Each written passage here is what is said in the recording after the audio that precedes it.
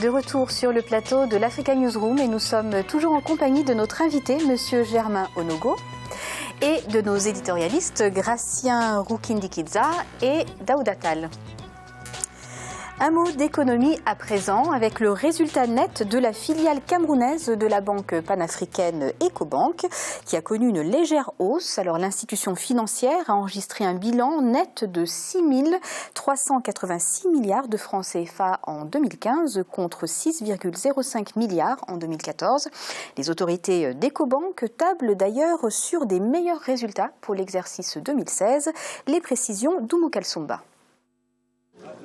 Filiale camerounaise de la banque panafricaine Ecobank a affiché un bilan net de 6,386 milliards de francs CFA en 2015 contre 6,05 milliards de francs CFA en 2014.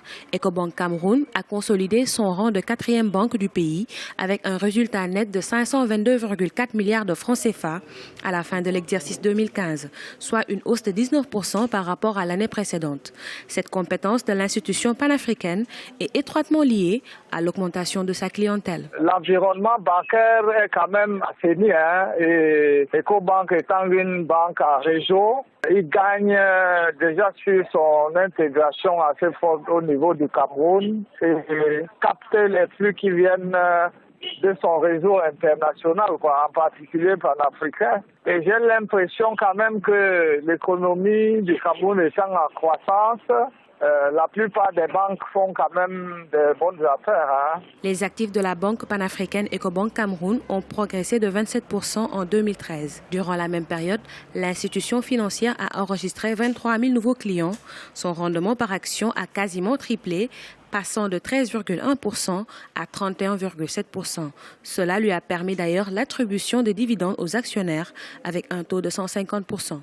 Il progresse, bien que la bancarisation reste quand même faible, autour de 11%, c'est extrêmement faible. Les banques qui sont installées au Cameroun à l'heure actuelle, normalement, peuvent voir leur volume d'affaires s'accroître, comme les institutions de microfinance qui, normalement, se développent aussi. Et donc, je pense que même en termes de recrutement du personnel, il y a de plus en plus de personnes qui s'insèrent dans le milieu bancaire et financier. Donc je pense qu'il y a quand même des perspectives qui sont positives.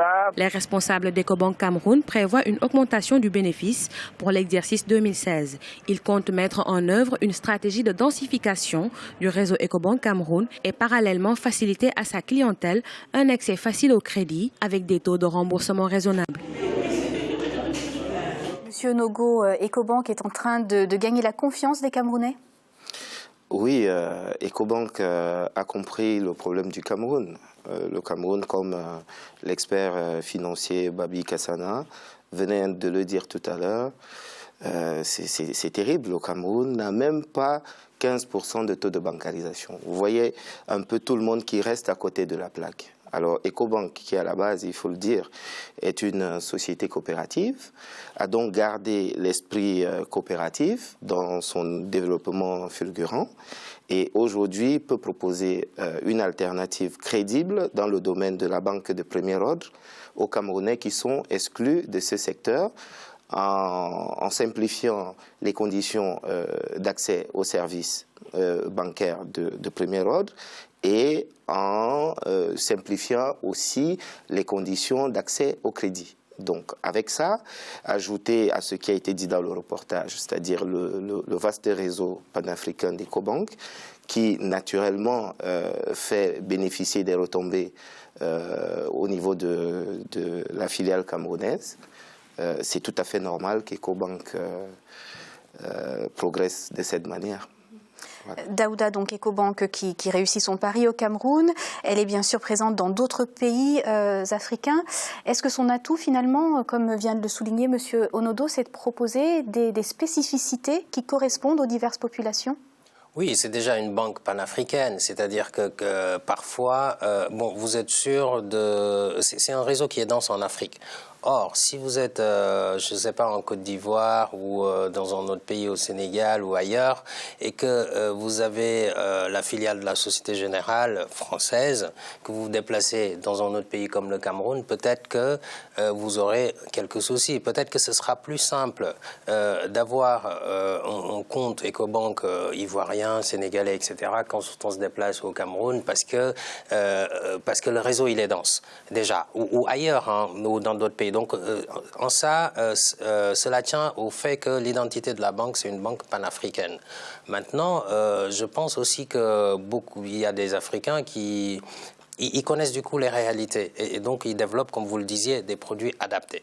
Maintenant, quand on regarde ce qui a été annoncé, donc une augmentation du résultat net de, je crois, 19%, si je ne me trompe, en réalité, il y a eu 24% d'augmentation des dépôts. Donc le bilan a connu une augmentation plus importante. Ça veut dire quand même que la banque est très liquide. Et donc, dans le même temps, je reprends ce que disait M. Onogo, 15% de taux de bancarisation au Cameroun. Il y a de quoi redistribuer cet argent qui a été déposé par les clients pour accorder des crédits. On parlait tout à l'heure de l'entrepreneuriat au Cameroun. Le Cameroun est l'économie la plus diversifiée en Afrique centrale. Donc il y a bien un enjeu dans le financement de cette économie. Et je pense qu'aussi que c'est le moment de demander à la banque de faire davantage dans l'octroi de prêts aux petites et moyennes entreprises. En tout cas, Gratien, c'est quand même un signe que les milieux financiers et bancaires du Cameroun sont quand même propices à la bancarisation et donc, on l'imagine, aux investissements.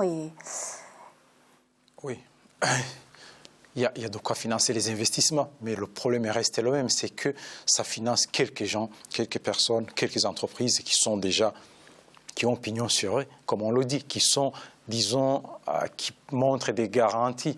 Alors qu'on a beaucoup de gens qui ont des petites affaires, qui n'arrivent pas à accéder à ces banques. Je pense qu'en gagnant ces sommes, je pense que l'État devrait mettre en place une loi qui oblige les banques, à un certain moment, à un certain niveau de bénéfices, de consacrer cette partie à ce qu'il y ait beaucoup de gens qui aient des comptes, disons des petites coopératives, que ces mêmes banques qui financent les petites coopératives qui permettent d'accéder aux comptes bancaires à presque toute la population pour qu'il y ait au moins l'argent tourne. Parce qu'on doit dire, il y a beaucoup d'argent qui ne tourne pas, l'argent qui reste dans les pots, n'importe quoi, donc qui ne rentre pas dans l'économie, qui ne rentre pas dans le secteur informel. Dans le secteur. Donc, ce qui fait que c'est aussi l'économie qui en pâtit. On pourrait créer des emplois avec tout cela. Donc, ces banques auraient, disons, la charge aussi de financer ce secteur. En Guinée, les autorités partent à l'assaut des investisseurs étrangers. En parlant d'investissement, voyons ce que fait la Guinée. Le pays a considérablement amélioré son environnement des affaires et entend tirer profit de ces avancées. Eh bien, c'est dans ce cadre que se tient du 22 au 28 février un forum économique à Londres. Objectif, faire connaître les opportunités d'investissement, tous secteurs confondus en Guinée. Également, promouvoir le développement des infrastructures. Le point avec notre correspondant en Guinée, Emmanuel Milimono. En plus des pays africains, la Guinée continue d'ouvrir son économie aux investisseurs étrangers.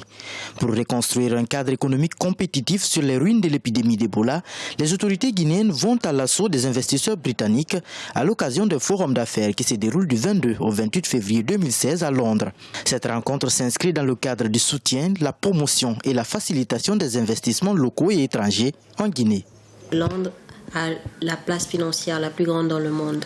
Au fait, tous les spécialistes financiers se retrouvent sur cette plateforme et donc on a plus d'opportunités réellement d'atteindre les investisseurs, les financiers sur cette place pour pouvoir montrer que réellement le pays est ouvert à l'investissement et que tous les éléments sont mis en place pour favoriser l'environnement des affaires et attirer les investissements directs étrangers vers la Guinée. Nous souhaiterons atteindre plus de personnes, plus d'entreprises britanniques qui pourraient s'installer dans notre pays. Depuis 2010, la Guinée poursuit l'assainissement du climat des affaires et des avancées considérables sont notées chaque année par rapport à son classement au Doing Business établi par la Banque mondiale. Le Forum de Londres est une opportunité unique pour les investisseurs et opérateurs économiques guinéens et britanniques pour élargir leur cercle de partenariat. Le but étant de faire de la Guinée une destination d'investissement en vue de promouvoir le développement de l'économie et favoriser la création d'emplois. L'environnement des affaires en Guinée est en constante évolution. Depuis 2012, nous avons enregistré des progrès. Nous avons gagné 6 points chaque année. Et il y a des réformes structurelles qui sont entamées par le gouvernement. Si ces entreprises décident de s'installer en Guinée, ça va créer de l'emploi pour les Guinéens, ce qui va permettre de créer une certaine richesse et de permettre à notre pays de se développer économiquement. Le Forum de Londres est le lieu pour la Guinée d'amplifier la dynamique de partenariat lancée avec les opérateurs économiques étrangers. En janvier 2016, une autre rencontre similaire avait eu lieu avec le Maroc dans le cadre du renforcement de la coopération Sud-Sud. Selon la Direction générale de l'Agence de promotion des investissements privés APIP, la Guinée offre aujourd'hui un cadre propice aux affaires, grâce notamment à la facilitation de la création d'emplois et des opportunités d'investissement qu'offre le pays. Daouda Tall, la Guinée, pour se relever après Ebola, est à Londres et non à Paris. Est-ce que cela vous étonne ?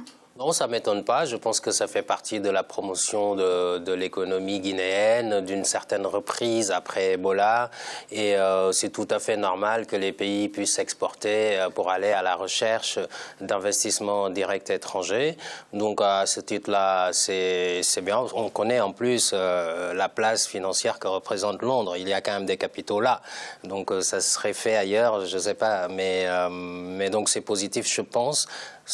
Je rajouterai pour terminer qu'il ne faut quand même pas oublier la promotion de l'entrepreneuriat local parce que c'est cela qui va assurer le développement.